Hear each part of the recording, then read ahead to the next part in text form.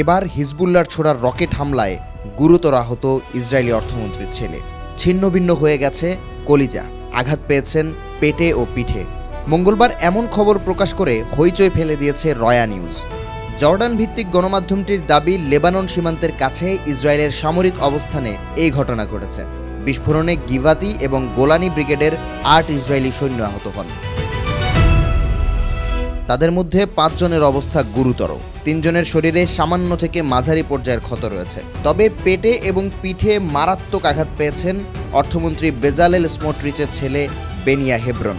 এই হামলায় তার কলিজা ছিন্ন ভিন্ন হয়ে গেছে। সীমান্তবর্তী পশ্চিম গ্যালিলি অঞ্চলে হিজবুল্লাহ ও আইডিএফ সেনাদের মধ্যকার সংঘর্ষের সময় এই ঘটনা ঘটেছে। বিষয়টি নিশ্চিত করেছেন খোদ অর্থমন্ত্রী। এমন পরিস্থিতিতে চলমান ইরান যুদ্ধ দ্রুত শেষ করার দিকে নজর দেওয়ার কথা জানিয়েছেন ডোনাল্ড ট্রাম্প।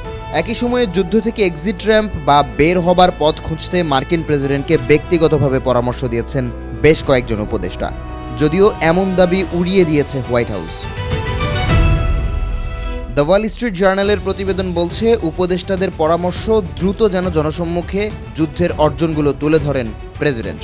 একই সঙ্গে সেনা প্রত্যাহারের প্রস্তুতি নেওয়ার পরামর্শ দেওয়া হয়েছে। মূলত জ্বালানি তেলের ক্রমবর্ধমান দাম মার্কিনীদের মধ্যে তীব্র ক্ষোভ তৈরি করেছে। এই সংকট দীর্ঘায়িত হলে মধ্যবর্তী নির্বাচনে বিরূপ প্রভাব ফেলতে পারে বলে শঙ্কা প্রকাশ করেছেন উপদেষ্টারা। মার্কিন প্রেসিডেন্টের উপদেষ্টা স্টিফেন মুর জানান, তেলের ও গ্যাসের দাম বৃদ্ধির সঙ্গে জনগণের পকেটে টান পড়ে।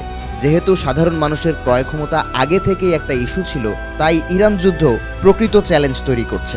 এদিকে চলমান যুদ্ধে যুক্তরাষ্ট্রের আরও 2টি MQ-9 রিপার ড্রোন ভূপাতিত করেছে ইরান।